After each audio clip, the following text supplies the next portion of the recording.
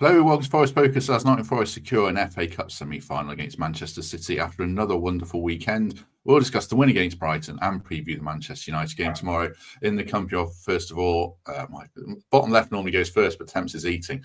Michael Temple, how are you doing? I don't know what you're on about, Matt. Ate this morning for breakfast. I won't eat again until lunch after this, and I'm ready to talk Forest. Excellent. Body is indeed a temple. Body is indeed a temple. That was a short intro. We've got a lot to pack in, so we'll rattle on. Pete Blackburn, how you doing? Yeah, I'm good, thanks. I'm glad I'm doing this Monday morning or lunchtime rather than post-match, because it took me a while to get the mad performance of those pundits out of my mind on Saturday night, and some pretty odd things that they said and did during their analysis. So yeah, a bit calm. I've got my gratitudes list this morning. Matt Sells' bionic hand that could stop anything, and nice Wembley day looming for us all. Third in the Premier League.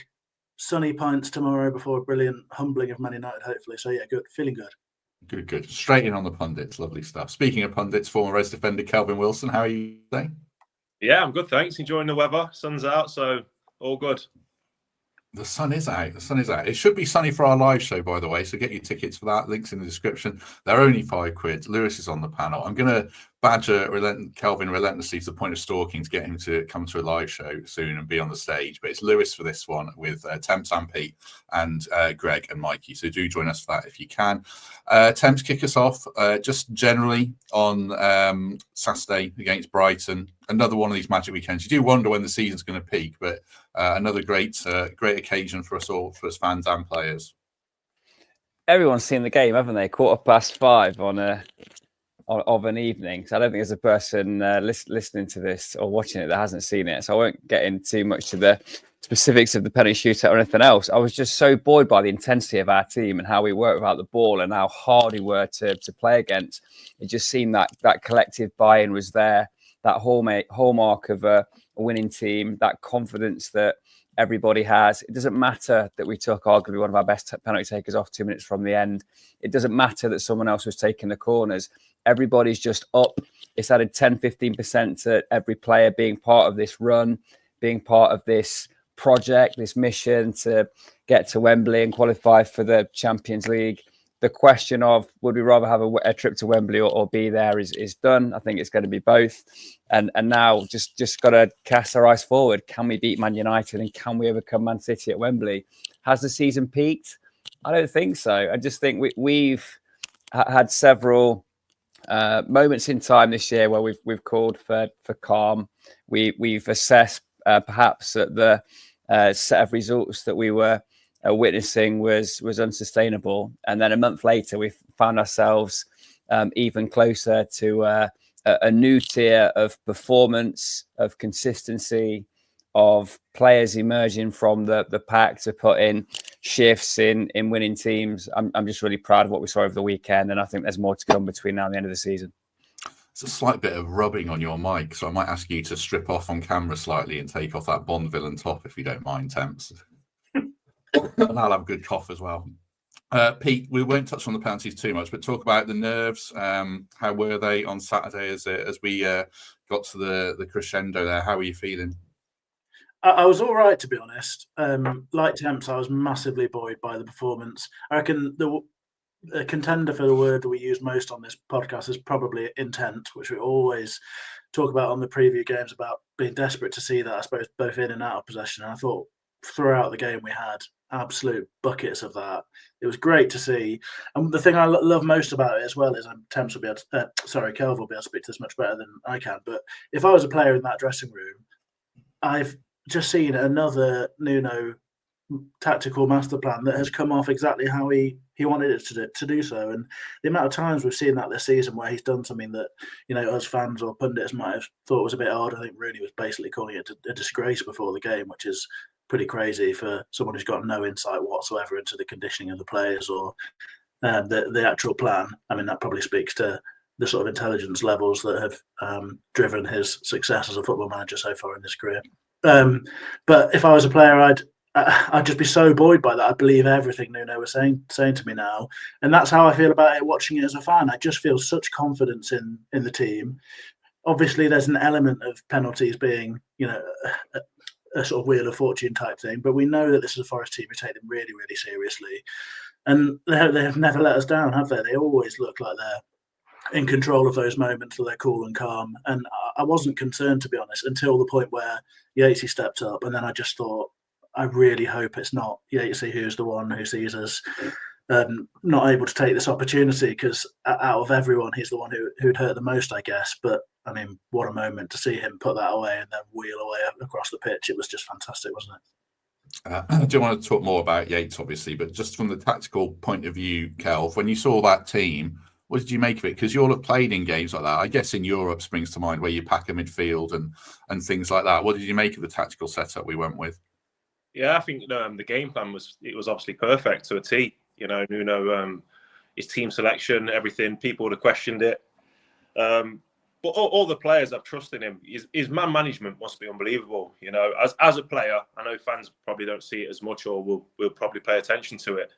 But for me, you know, coaches are, yeah, you can have good coaches. The number twos and stuff are usually the coaches in that sense. But for a manager, the man management for me is the most important thing. You know, if it was something that I was going to go into, if I was going to go into management or coaching or whatever, I would, from me playing, it would be the man management side that I would really concentrate on, because as a player, if the manager makes you feel a part of it, makes you feel $1 million, you know, you'll run for a brick wall for him. And that's every single player showing that. So what Nuno's doing behind closed doors, you know, having little meetings with players, I'm sure, you know, pulling the odd one to the side, it's working to a T, because the game plans in the games that they're playing are to a T. The players are following instructions and they're getting the results. And I just think, you know, the players are just brought into Nuno from the days come in, and they're all responding in the right way, and the results are telling. What makes a great man manager in your experience? Is it trust, a little bit of fear from managers you play for? What makes them the best man managers from experience? A little bit of fear, without a doubt. I played under managers that, you know, I don't know if I'm allowed to say this, you do shit yourself sometimes. You've had a bit of a bad half and you're walking off the pitch thinking, I'm going to get it now. When we get in his change rooms, I know I'm going to get it for that pass or for that thing I did. So a little bit of fear, definitely. Played with managers that you're not fearful of. And they're managers that I played under that aren't fearful. I'm not going to name them, but they've not been successful and they've not lasted long. So I think a bit of fear is definitely needed. But the main one for me is trust. You know, so many players will, if you do podcasts, I'm sure you've come across players and interviewed them and stuff. If you don't trust the manager, they tell you lies. And managers do lie. Well, in the past, what I played under, they do tell you lies. And you lose that trust and respect towards them. So when you trust the manager, when he tells you, you know, you're not going to play, but you're going to play next week, or you're going to be involved in this game, I'm going to need you. And he sticks to his words, players buy into that. And that's the biggest thing for my management, trust. If you trust the manager, then, like I said before, you'll run through brick walls for them. One other tangent question on a show when we've got loads to get through, but it's interesting. If a manager goes out into the media post-match after you've got hammered and he is critical of players, is that a manager done, or can they get away with that once or twice, do you think? Yeah, it won't sit well, without a doubt. Players will talk about it, and in WhatsApp groups. In my day, it was BBM. So you talk. Yeah, you do discuss it, and your people will like forward you on what's been said. Again, I'm not going to name the manager, but a manager did that, and I think something like 3-4 weeks later, he was gone, because players, the atmosphere in the change rooms, around the training ground, it was dead. You know, players kind of threw the towel in really for the manager. So yeah, if that happens, I think if they criticise you as a team, you take that 100%. But if it's singling out players, you know, even if it's not you, if it's a teammate, you do look at it and go, that was a bit harsh, you know, don't throw him under the bus, you know. But they tell you a different thing in the change rooms or to your face, or try and explain themselves to why they've done it. And for me, yeah, that doesn't work. That's a no-go for me. Interesting tangent. Appreciate that. Thanks very much. Thank you as well to Elliot for the £5. Very kind of you. Do hit the like button, everyone. 350 people with us inside 10 minutes. It is lovely. Much appreciated. Let's talk a little bit more about Ryan Yates. Temps. one of the things I put in the notes is, has he cemented his status now among that bracket of players like Chettle, Crossley, Wone, people like that? Not quite Pearce level, obviously, but has he taken another step to cementing his legacy among Forest greats? I don't know what the word would be. What do you think? They're not among the Forest greats, but Ryan Yates is going to be part of Forest conversations for a long time because he's been part of this golden 4-season period of moving from the bottom of the Championship to the upper echelons of the Premier League. And I don't think he's a player who in any way has ever sought individual plaudits, whatever criticism he's had. And I think at times he's been praised and grumbled about in equal measure by Forest fans. But anyone that plays the game will know that you can't just have a midfield full of piano players. You need someone that can belt it about a bit. And I always recount that story that I heard of João Carvalho doing 6 Cruyff terms in front of Roy Keane. Then Yatesy comes through the back of him and he's the lad that gets picked on Saturday. You can't have this midfield of 4 wizards without the grunt and the graft. And the performance that Yatesy put in at the weekend is not dissimilar to 50, 60 other performances that he's put in, where to allow the ballers to play, you need to win it back, be defensively resolute and be hard. And that's what Yatesy's got. So I'll always take on anybody that wants to debate Ryan Yates. He never claimed to be some kind of central midfield maestro. He's a nightmare to play against. He runs through brick walls. I think he's got the biggest heart in the Forest squad, and he's come through the academy. So I don't think I think we do him a disservice to put him into some kind of second bracket of Forest all-time Forest great. I think he stands alone as someone that's made the best of what he's had, endeared himself to every single manager that he's played under at Forest, and still has a massive impact in games, the profile of which we haven't seen in living memory. So big fan of Ryan Yates. He lets the players play, and he'll have more to do between now and the end of the season, and he'll play Champions League minutes next year. I do want to ask Kelv about Milenkovic, his penalty, and Murillo in 1 second. We can't let it go without talking about Matt Sells. Pete, talk to us about Matt Sells' contribution again in the shootout. Weigh in on Yates if you want to as well before we move on to centre halves with Kelv. Well, on Yates, can I just ask Temps what if the ballers in the team are pianists, what instrument is Yatesy? Are we talking sort of double bass, or what are we looking at? No, he's the piano shifter. That's what I'm saying. For every piano player, you need 2 piano shifters, right? He's carrying the thing on his back. Beautiful. Up some stairs as well sometimes, particularly when we were in the Championship. Definitely, nice. Definitely. Sorry, another tangent that we didn't need, given that the agenda for this is about 4 pages long. On Yates, I think Temps spoke beautifully about him. I guess what I can't speak for anybody else, but what really matters as an individual fan is that he's properly in my heart, just like some of those players that you mentioned are. He's overcome so many obstacles. Every time there's a challenge put his way, he leaps over it and smashes through. And we've talked about that so many times. And look, there's something special, isn't there, about being able to see him wheeling away in that moment and just having that bit of extra feeling of shared identity with him. That's always going to be special. It's sort of an intangible thing in football, but it means an awful lot to us in those moments. So, yeah, very proud of everything that he's achieved, and the fact that he's still doing it when we've progressed so rapidly and so markedly is just an absolute testament to everything about him, about his work rate, the sort of pride that he takes in his professionalism, just at everything. I mean, what a bloke. And fingers crossed he can be part of some pretty magical moments in the future. And hopefully, you mentioned Steve Chettle, but the way things are going, maybe Yatesy will have his own moment of European glory, score against Bayern Munich or something along those lines. So that'd be lovely. You asked me about Sells, didn't you? I think I said at the start, that bionic hand. I mean, I love the guy. I think we've spoken quite a few times recently about Sells having gone from being this sort of calming presence who came into the team and just made things all seem a lot more cohesive in the back line and gave, I suppose, those defenders a sort of custodian behind them that didn't scare the F out of them, which is, I'm not going to do a swear like Kel, because I don't know if that pushes us over YouTube.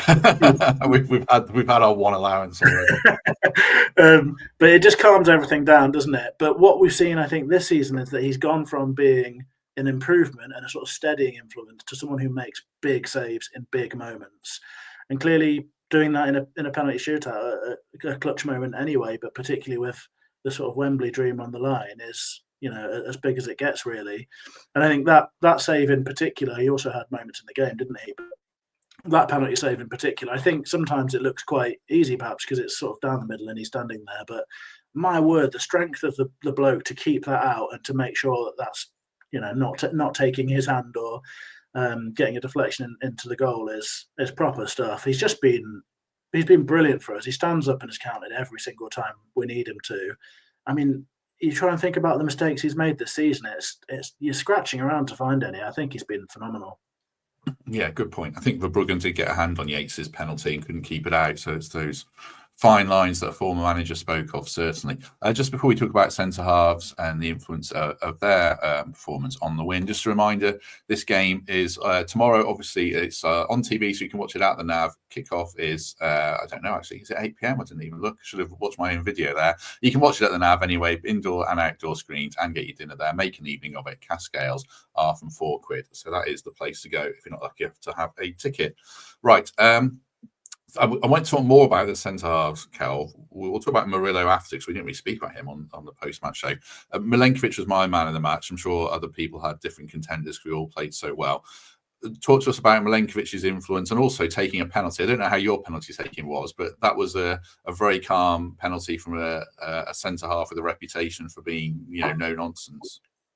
Yeah, he's come into the team at the start, and he's gone from strength to strength. He's not put a foot wrong. You can speak about him every week. It's the same comments. It's 7, 8, 9 out of 10 that he's getting every single week. So, what a signing he's been. And the partnership is built up with Murillo has been outstanding, probably one of the best in the Premier League. The goalkeeper helps. I've been on here last season with you, and I remember we was constantly talking about goalkeepers. That's been fed. As a defender, as a centre-half, that little triangle of the goalkeeper and you and your partner as a centre-half, it's a big thing. If you get that connection together, you understand each other. And they've got that. And when you've got that role going of just good games, just ticking the games off, literally you're going into games knowing you're going to win. I've been in that situation a few times where you just know you're going to win. You're going to play well. And they're in that moment now. And they're taking it with both hands and they're gripping onto it and they're not letting go of it. So yeah, he's been brilliant. He's been the sign of the year for me. He's been fantastic. Just going back to Yates as well.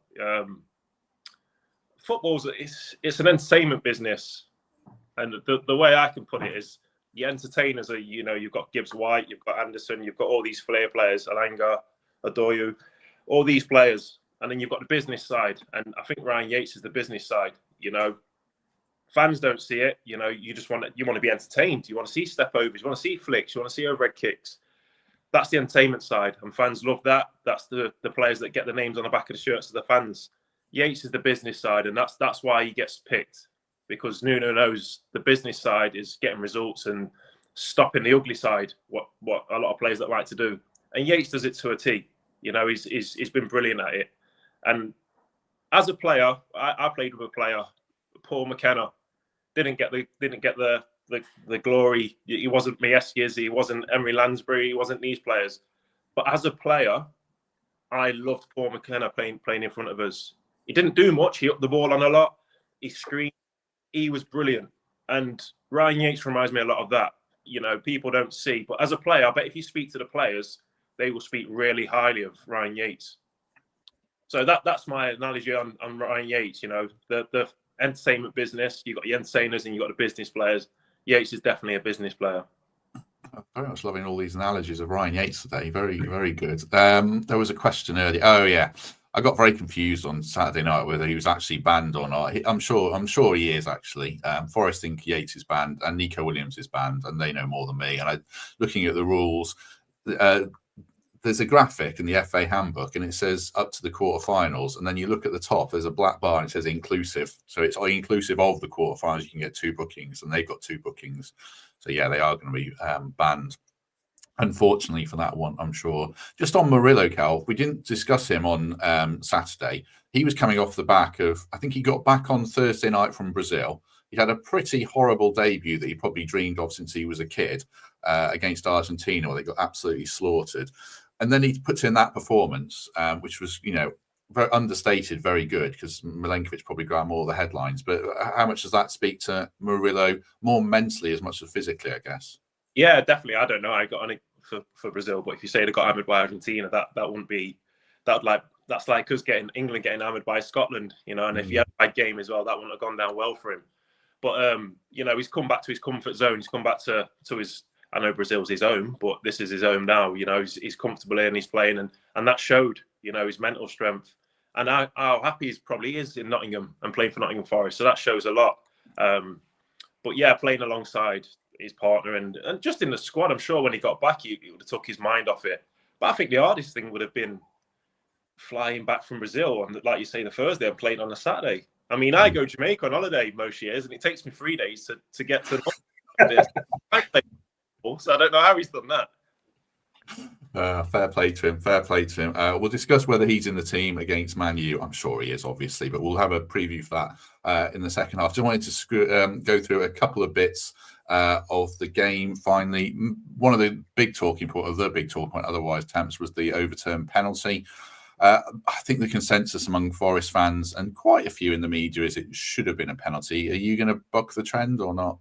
Well, I wouldn't have been happy if that was given against us. So I do see it's one of those in that little corridor where you want it, but you don't want to give it against you. However, how can you overturn it? He's seen what he's seen. He's seen contact on a player that's put him down in the box. He's given the penalty. So at that point, with an instant that's open to interpretation, you need clear and obvious evidence to overturn it. Mitoma's taken the risk. He's slid in. He's uncontrolled. He's nowhere near the ball. He's almost trying to block the path of Elliot Anderson. His elbows caught his boot, drags him down. So look, if the ref doesn't blow his whistle, we watched 20 replays of that. We probably can't decide.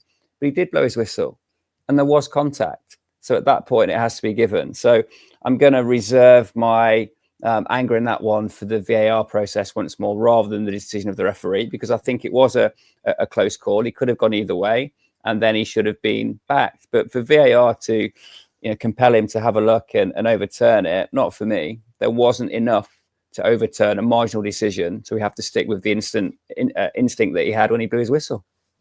Yeah, I don't want to spend ages on VAR with lots to get through, Pete. But was that your line of thinking as well?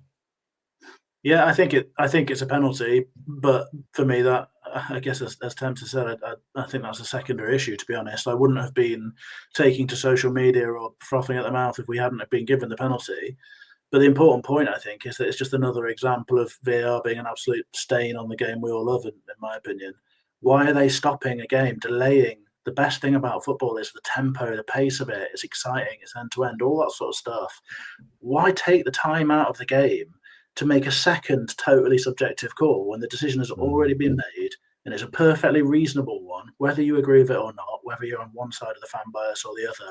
I don't care. I wouldn't have been kicking off like a maniac either way.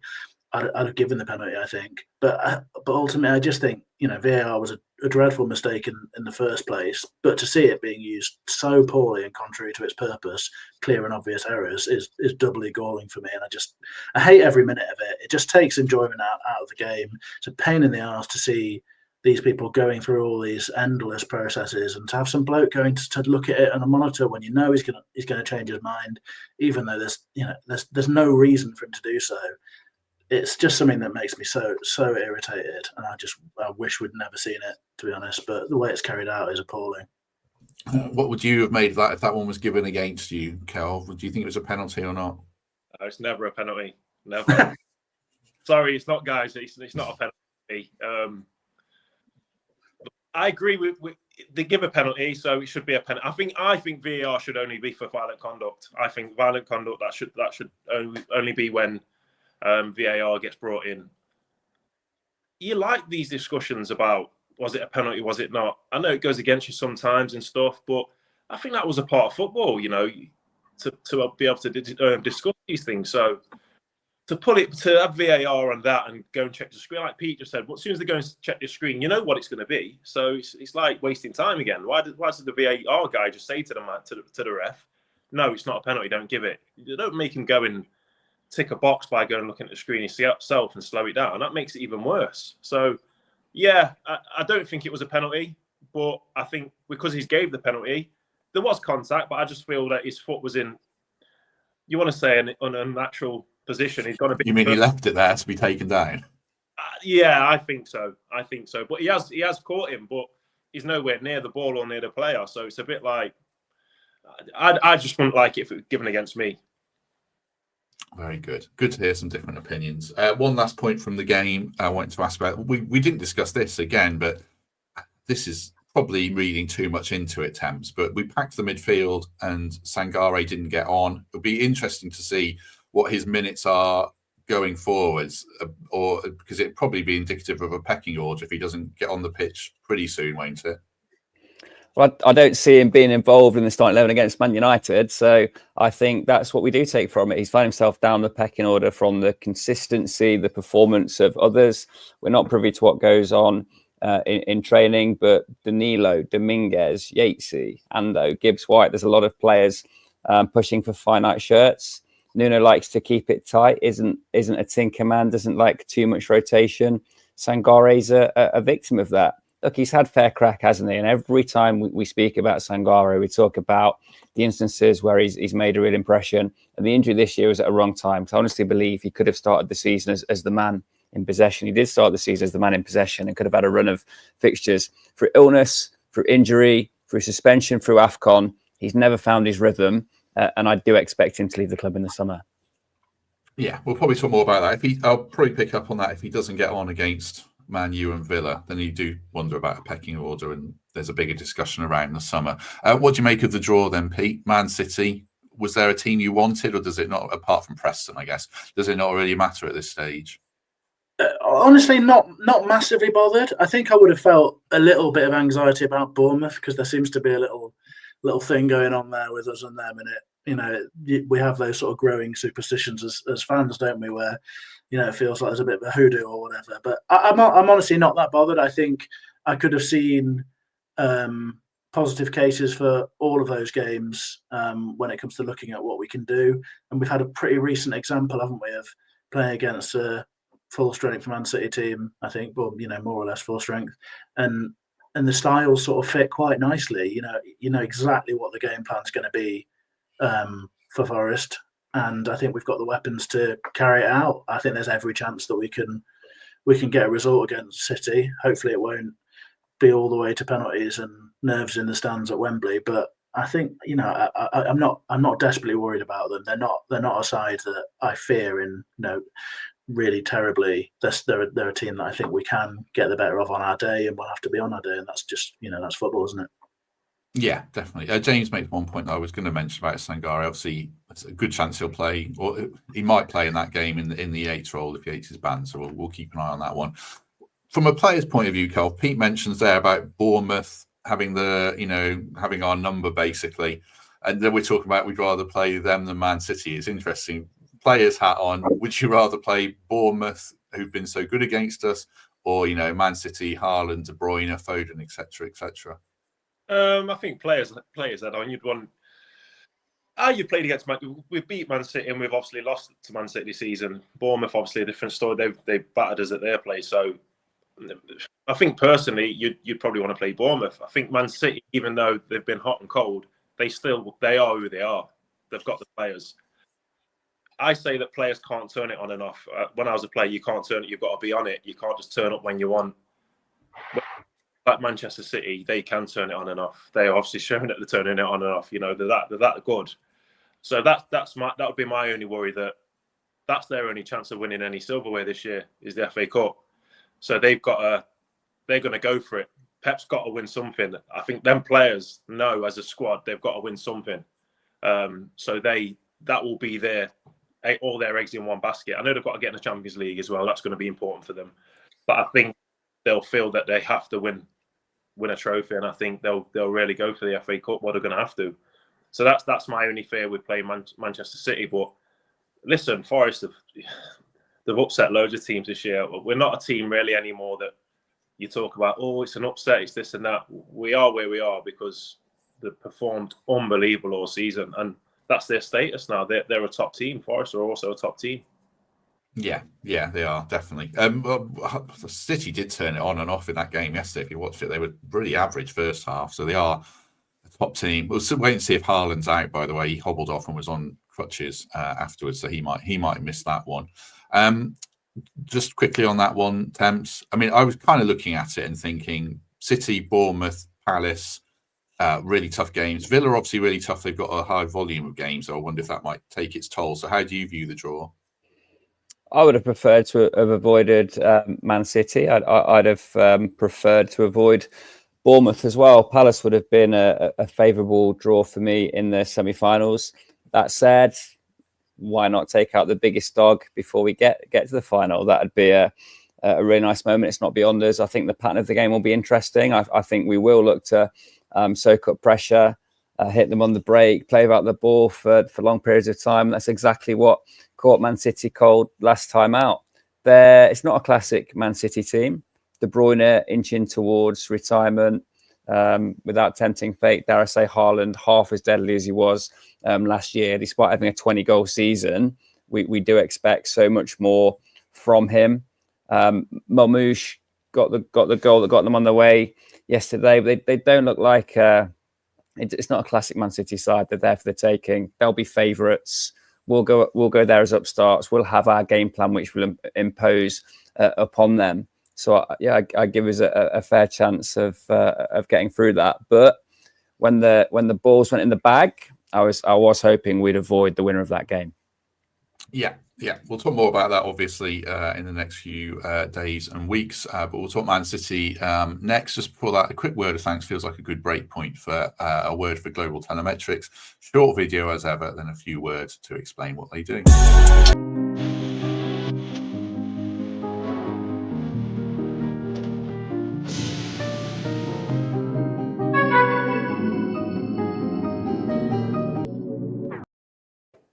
Get your vehicle secured, check the link in the description, and then they will sort you out. It doesn't matter if it's a car, commercial vehicle, caravan, anything like that. Global Telemetrics are the people for you.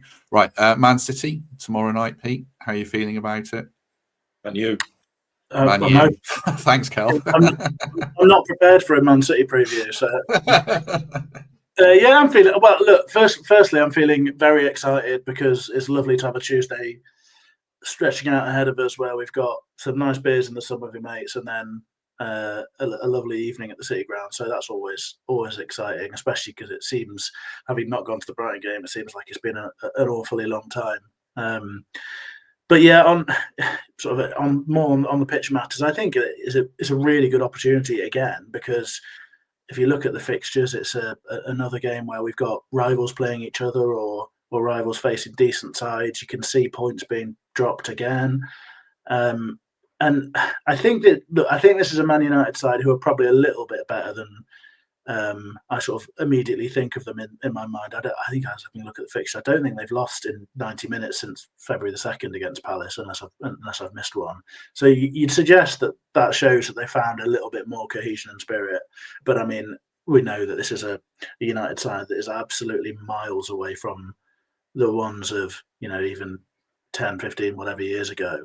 I don't think they bring anything to massively fear, apart from a player in Bruno Fernandes who, on his day can obviously hurt anyone with moments of skill, as he did to Leicester, I guess, was that last time out in the league.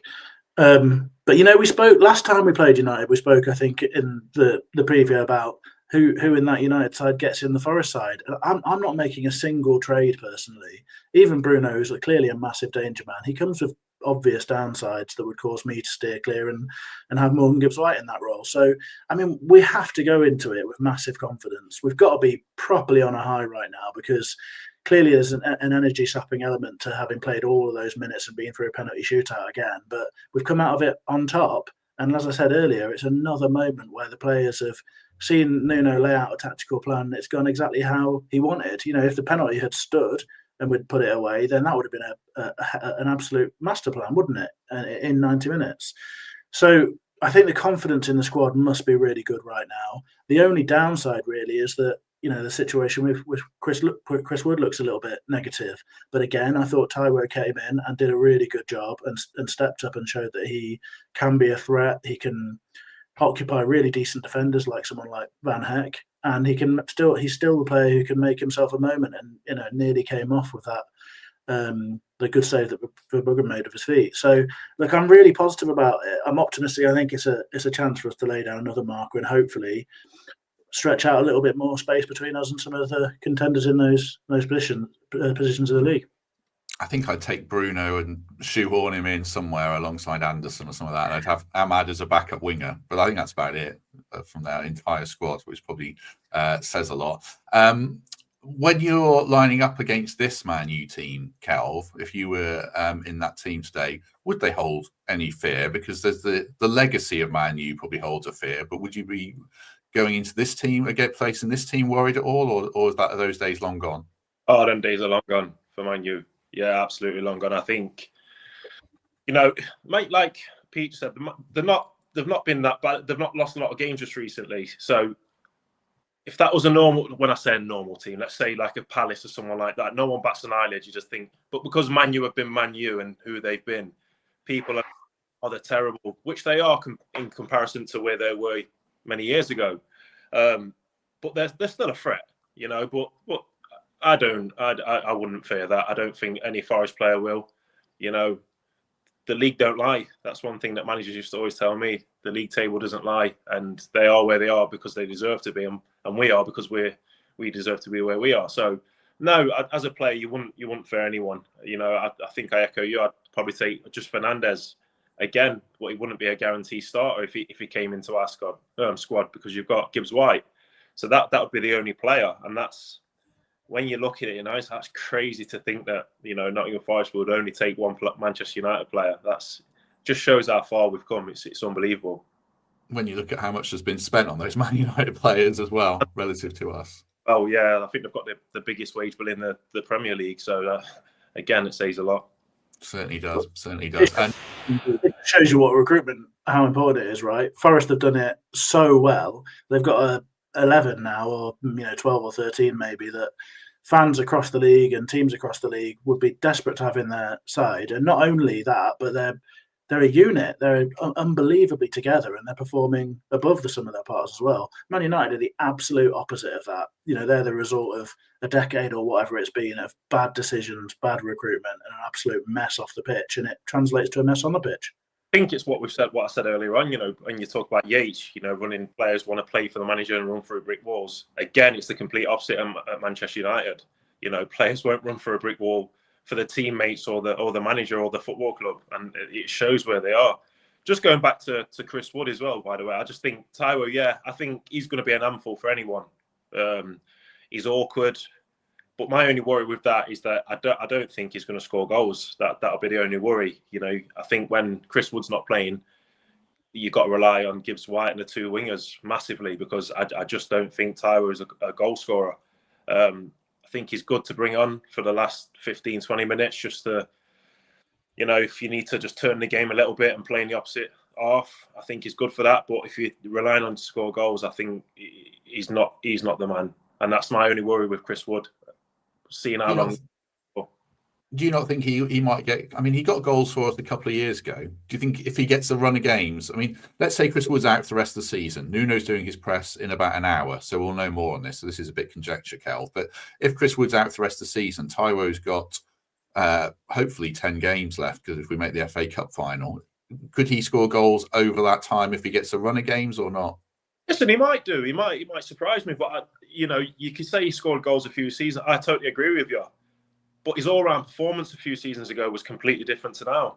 He was an handful. We was talking about him. He was brilliant. His injuries had affected him, and they do affect you as a player. Injuries. Sometimes you don't come back the same player with certain injuries. I didn't. It's hard. It's hard to adjust and to get up to speed with things. But like I said, I think he'll be an handful for anyone. He's awkward. He's big. He's strong. He's quick. I just don't think he's a goal scorer, a natural goal scorer. I think we struggled with that. We found Chris Wood come into form and he's been absolutely unbelievable for the last 2 seasons. I just don't think Taiwo. I think he'll do a job. Like I say, I think he'll occupy defenders and he'll run in behind and he'll work for the team. But if you could sacrifice that for him to guarantee score goals, I think you would. But I don't think he will score goals. A supplementary one to that then, Thames. Chris Wood hadn't actually scored that many goals for a while. We're a team that can keep a lot of clean sheets. I think obviously we've got the most in the league. So sort of the same sort of question. Chris Wood's out for the rest of the season. How are you viewing that in the entire context of what we just discussed? I enjoyed Taiwo's performance at the weekend. I thought, as Kel said, he occupied defenders. He's physically strong. He plants his feet and he lets the centre half know that you're in for a battle. And if he can do that, occupy centre halves and leave Elanga and Hudson-Odoi on an island out wide with their fullbacks, then we're going to be in good nick. If he's going to get 5 or 6 games now, playing 75, 80 minutes, he will score goals. He's not a classic goal scorer. The type of goal we saw him scoring in Germany, where he's running in behind and keeping the defender at bay, that just doesn't happen in the Premier League. He's playing against better defenders now. So he's been scoring goals when he was in that run of form by being busy in and around the box, a lot of one-touch finishes. Came back into the side against Arsenal, didn't he, and scored. He was just finding a way. There was no obvious method or style that you could kind of pigeonhole him to. He's not Chris Wood in terms of experience, form, or consistency. So we are going to drop off. We're not going to be as free-flowing, as consistent as we had been when Woody was in the side. The noises coming out suggest that this injury is one that's going to keep him out for a period of time. I don't think we're going to see him again against Villa, and the horizon could be even longer than that. What I will say is I want him to play, because the alternative of trying to create something from a combination of Elanga and Gibbs-White takes away too much from elsewhere. And I think where the side has got to, we need to minimise disruption, let the wingers do their job when we're playing a system that can accommodate them, keep Gibbs-White playing his natural game, which has been so effective in the past 4 or 5 outings for Forest, and trust Taiwo to be our number 9. He's not going to have the same goal-scoring ratio as Chris Wood, but he's the best we've got in the squad. We've got to get behind him and hope that he can recapture some of that form from that golden period he had 18 months ago. But so with Taiwo, I'm not saying he's a bad player. I think he's like I said, an impact player. I think is brilliant. I think as a defender, if I see him coming on in like the 70th minute as a defender, I'm going to be like, oh God, here we go. That's my feeling with him. He's going to batter me. He's going to throw his arms. He can hold it up. So I'm not saying that he's a bad player. I do like Taiwo as a squad player. My only worry is that Chris, where we are in the league, not just down to Chris Wood, it's down to the whole squad, but a majority is goals. If he plays the next 6 or 7 games, Taiwo, how many goals do you think he would score? Yeah, he's going to do well to get past 3 or 4. Do you think there's a better alternative, Kel? Do you think there's a way of using some of the 10s and the wide boys? I probably don't think there's a better alternative. No, I think Nuno has been like a god, so I put trust in him. I'm sure they might change their way of playing, to get the wingers coming in more, to get inside the box more, to have chances, maybe push Morgan on more and sacrifice him more, not coming back so much. So when we do counter-attack or do break, Morgan's up there to support him and create them chances. I'm sure Nuno will have a way, but he'll look at the record of Taiwo's not scored many goals. Strikers get confidence from scoring goals. Taiwo's not scored many goals, so his confidence might be a little bit low in that sense in front of goal. Not in front of goal, in his general play, I'm sure he'll be fine. It'll be like a duck to water. His game is to be strong, hold it up, and he is good at that. I'm not saying he's a bad player. I'm not saying he shouldn't be in the squad. My only worry would be Chris Wood's goals have been so important to us, and taking him away, you hope another striker can come in and score. Add a few to it and try and keep that run going. What's really good for us as well is that we don't concede many goals, which is another good thing. So we do win games 1-0, 2-0. We're capable of doing that now, where we wasn't, 2-3 years ago. So that's in our favour as well. But yeah, that would be my only worry, that would Taiwo, will he score the goals that, not that we need? Yeah, we do need them, but maybe Nuno will have another game plan to like I say, sacrifice more and coming back and keep him up a bit higher and things like that. That would be my only concern with that. Yeah, I mean, look, his record this season doesn't bear scrutiny, does it? Sorry, Pete. 22 appearances, 1 goal in the Premier League. I think Chris Wood's got 18. But he hasn't been the man. And now he has to be the man. And if Chris Wood hadn't got injured, we'd be starving Taiwo of minutes. So my personal view is everything stands. He's not been as effective, and the evidence suggests that he won't be as effective as Chris Wood. But it's the right plan for now. Don't disrupt the formula. Yeah, it comes down to the player as well. It's that famous saying, once you get the shirt, grab hold of it and keep hold of it. And, I don't know Taiwo personally, but that'll be the message to him. I'm sure Nuno will say that to him. Right, here's your chance now. Here's the shirt. You hold on to that. And that'll be down to the player. That's always down to the player then to take your chance. Go on, Pete. I was just going to say, Temps just touched on it, but I think the definitive issue actually is going to be, assuming Wood is out, if it's just going to be whether Taiwo can stay fit for the amount of games. Because if he's our only option, clearly that's going to be massively important. But I think that the narrative that we've built up around Taiwo, it's possible that we'll be looking back on it and thinking that we were a little bit unfair because, Temps read out the statistics, but a friend of the pod, Danscape, did a really interesting little piece the other day looking at Taiwo's minutes and such like. And he's averaging, I think he said 13 or 14 minutes a game. And for a player who is the sort of body type and sort of player that Taiwo is, while coming back from prolonged periods out, and somebody who needs the games to get sharp. That's always been the case while he's been here. He's needed those runs of starts, hasn't he, to sort of click into gear, and then the sharpness of his finishing comes. And he's been a massive victim of Wood's success because he just doesn't get any minutes. Because you want Wood in the team, not just because he's a goal scorer, but he's a phenomenal defensive player for Forest as well. Him and Gibbs White, in those two sort of central roles, they just block the middle of the pitch and they do it so well together. They're so important to our out of possession play, I think, and it's meant that Taiwo just gets no minutes whatsoever. I don't think a player like Taiwo is ever going to be able to get sharp playing 13 or 14 minutes a game. And what we're looking at now is potentially an opportunity for him to play 70, 80, 90 minutes a game. I think if he does that, I think we'll see Taiwo start to score goals. And I think the reason for that is because he still fits into our playing style really neatly. The archetypal Taiwo goals from that run where he was brilliant, they're sort of penalty box finishes most of the time, aren't they? But a lot of them were Brennan Johnson escaping down the right wing, sprinting, and Taiwo being the only player who could even remotely keep up with him, and then finishing first or second touch in the box on the counter. I mean, we're still made for that. And if that sharpness comes, I think Taiwo will be there again, bundling those goals in, whether it's with beauty and precision, or whether he is bundling them in. I think he can get back to that. And I saw a lot from him in the game at the weekend that suggested he is improving, because we've seen some pretty stodgy performances from him coming on and looking like someone who just hasn't played football at all. But I thought he held up the ball really well. He was a constant threat. He's still got all that stuff that we know that he can do because he's awkward and he's horrible to play against. But I think give him minutes and there's every chance that we could see even a hint of that old Taiwo.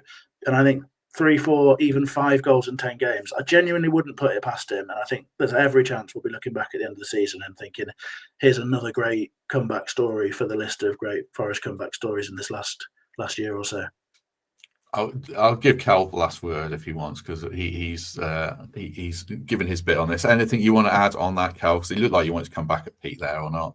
No, I agree with Pete. I hope you're right, Pete. I've got nothing against Taiwo. I'm a fan of him. It's just all I'm saying.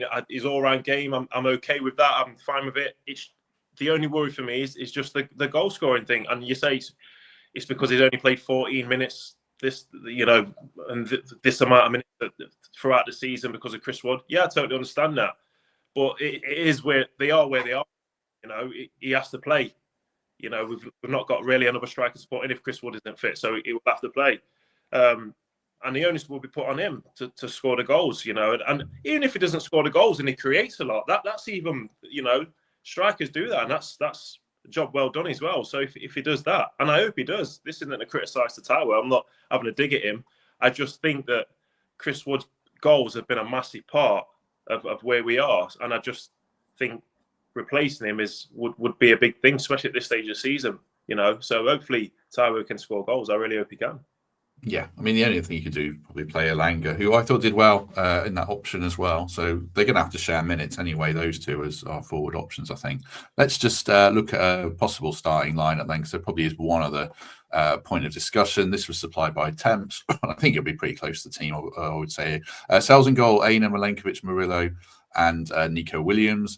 Anderson and Dominguez in midfield, Elanga and Hudson-Odoi coming back into the team with Gibbs White in behind Taiwo. I think Temps talk around it, but I think to me the only debate is probably Dominguez or Yates, perhaps around fitness and who can annoy Bruno Fernandes the most. What's your thinking here? Yeah, totally agree. I mean, good luck breaking up that back five. That's going to be in there, selves included. The wingers Gibbs White are going to be the creative fulcrum of this team, and when we know Taiwo is going to start, as per our recent discussion, so it comes down to that pile of central midfielders that we have. We're disregarding Sangare. Danilo has been a surprise selection at a couple of points this season for Nuno, but I think all things being even, the recent performances, the manner in which they kind of complement each other's weaknesses, Anderson and Dominguez will get the nod for me, and this is the best Forest side you can pick at this moment in time. Just around that, the minutes situation, Cal. Man U didn't play at all at the weekend. Some of our players here played 120 minutes. I'm probably most worried about the fullbacks and the midfielders who cover the most ground. How much of a factor is that going into this one, or will the emotional energy of Saturday carry us through this one? No, obviously the human beings are not robots, so it will take an impact at some stage. Maybe the later the game goes on, like you say, the midfielders and your fullbacks and your wingers, they run the most, so they'll probably feel it a little bit more. So yeah, you do feel it, but I think for Taiwo coming into this game against Man U, I think it's a great game for him to come into as well. Man U obviously are not the best at the back, and hopefully he can gain some confidence from that. With Yates, I probably would have gone for Yates again. I think, even though you talk about minutes and it was a long game the other night, I think to play him and then bring him off would have been good. But if he goes for Danilo, that's another. He's good on his days. It's like for like, really. You bring players off, you bring them up. They're all doing jobs, so it's not even they're not weakening the team. It's just, I guess, resting players, and we're lucky enough to be able to do that now. One other thing I wanted to ask Kelv about going into this game, in fact, Pete wanted to ask him about this as well. What does the build-up for this game look like from a Forest point of view? We're getting back in the early hours of Sunday, I guess. Really quick turnaround. Do they even train, or is it just kind of a video session around what Man U do and what we're going to do? How will Nuno approach this game? Yeah, it'll be recovery session. It would have been probably yesterday. What day are we on today? Monday. Yeah. So today we'll probably go for a jog, a walk, probably do some boxes, circles, a bit of banter. Get the ball, a passing drill maybe, and that'll be it. It'll just be to move the legs. It'll be they might walk through shape. I don't know how Nuno works, but it'll be literally walk through shape. I remember under Billy, sometimes he'll tell us to put coats on and trousers and hats and gloves, especially when we've had loads of games, because it'd be like, you're walking through shape, you're not going to be running. So when it was winter, it'd be like, put your coats on, put your hats on, and you'd walk through shape. So it might be some of that.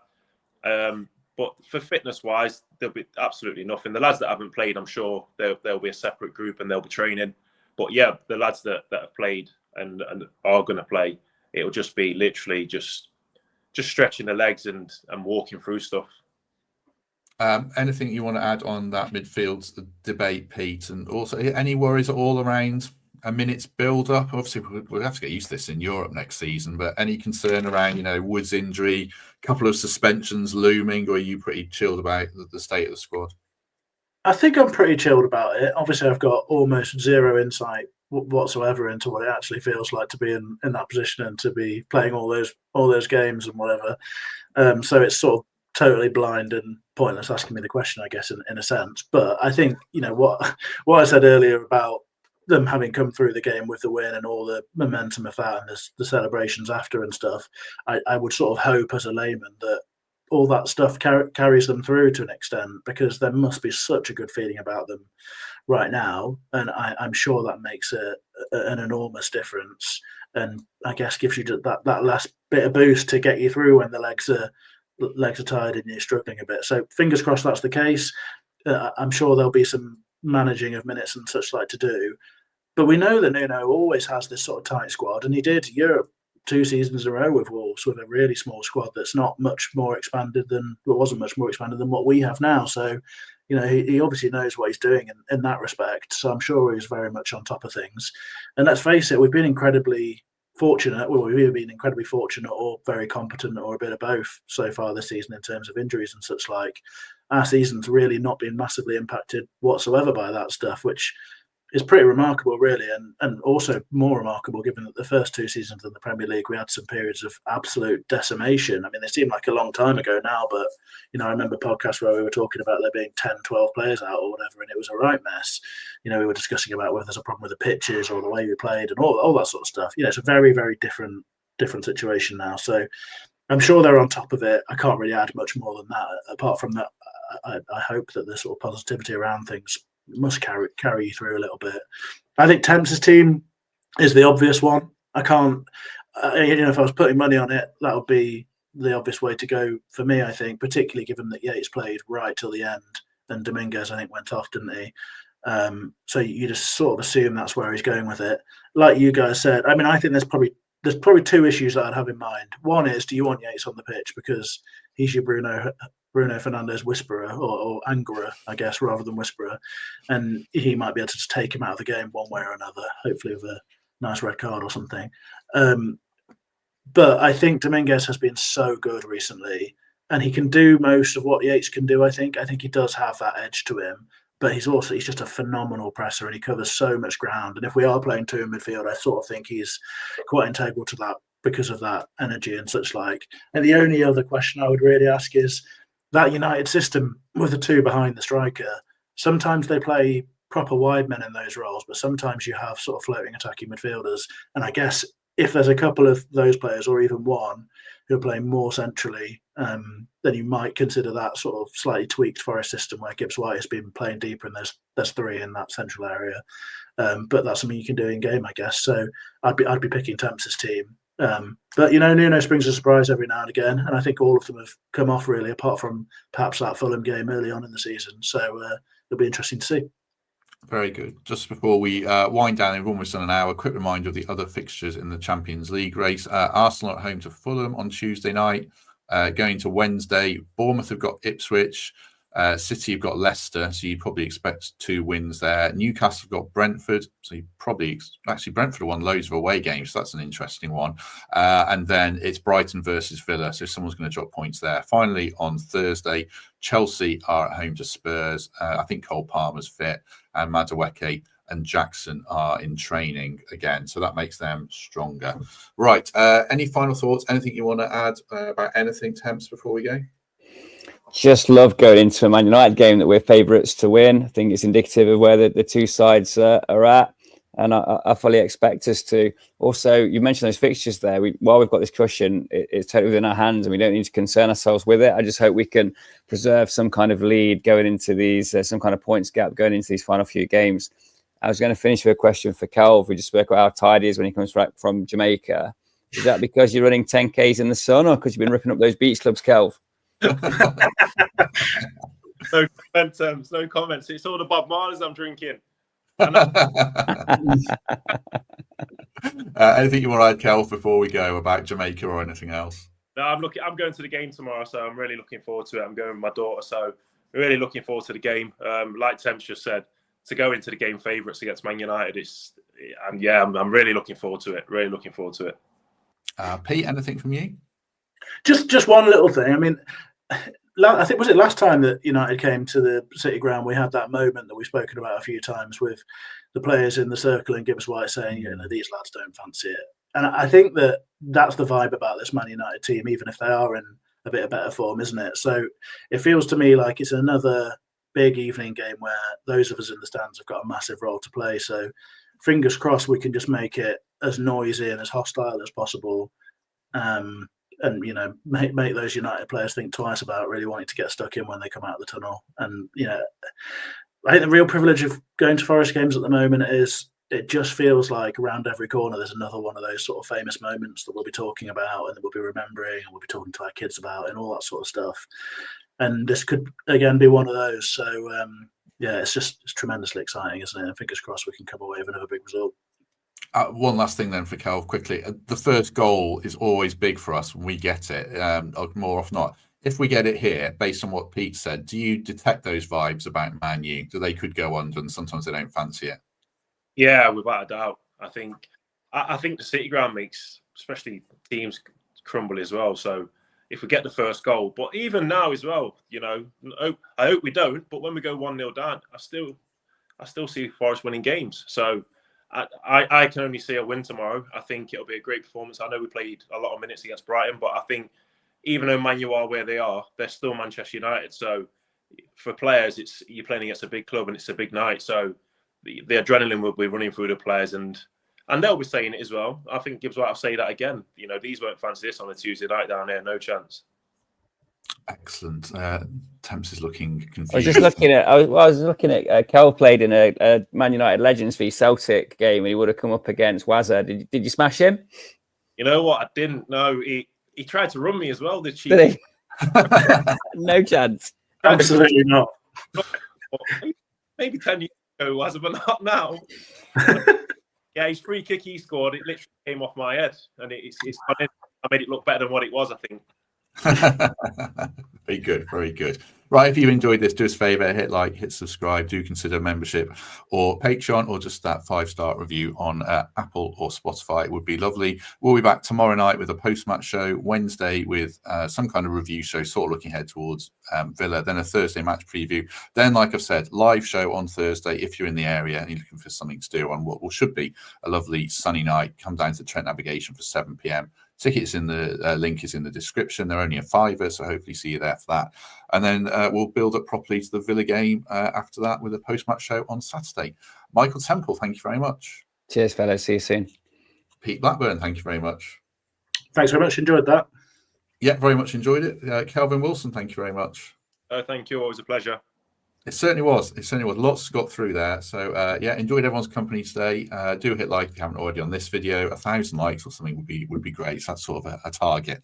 Right. Have a good day, everyone. And if we don't see you tomorrow, we shall see you soon.